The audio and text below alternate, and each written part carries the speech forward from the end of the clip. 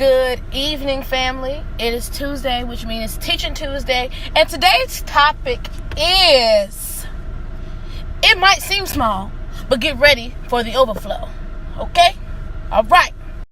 So last week's Teaching Tuesday was about following instructions. So I'm going to read these first two verses really fast. This is Zechariah chapter 4, verse 10. For who has despised the day of small things? For these seven rejoice to see the plumb line in the hand of Zerubbabel.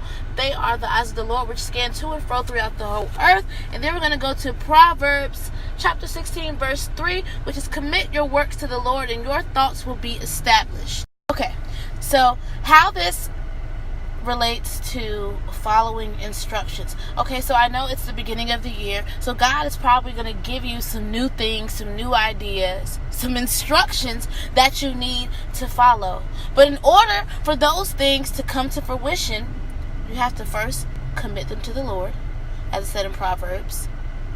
Then you can't despise the small beginnings. You can't. Because, for example, I do these videos. I think maybe 10 people outside of my family watches these videos. But yesterday I had somebody hit me up and say, hey, did you put Teaching Tuesday up from last week? And I'm like, no, I didn't do it. Even though these beginnings are small, what you're doing is needed. I know I like to back things up with a story, so we're going to go to 2 Kings chapter 4, starting at verse 2. And so Elisha said to her, what should I do for you? Tell me, what do you have in your house? And she said, your maidservant has nothing in the house but a jar of oil. Then he said, go borrow vessels from everywhere, from all of your neighbors' empty vessels. Do not gather just a few.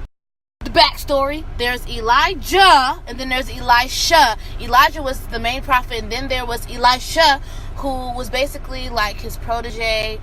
He followed him, became his servant, learned his ways, and God continued to mold Elisha from there. So Elijah ends up passing away, and then Elisha is pretty much on his own. So this lady, her husband died, and it was just her and her sons.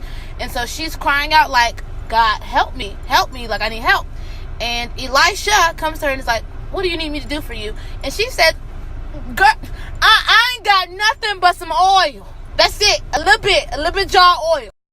That but right there when she says, I have nothing but a small jar of oil, that is like the small beginnings that you can't despise. So then Elisha tells the widow, you need to go and gather a bunch of vessels, which are things to put oil into. And don't gather a little bit, you need to gather a lot.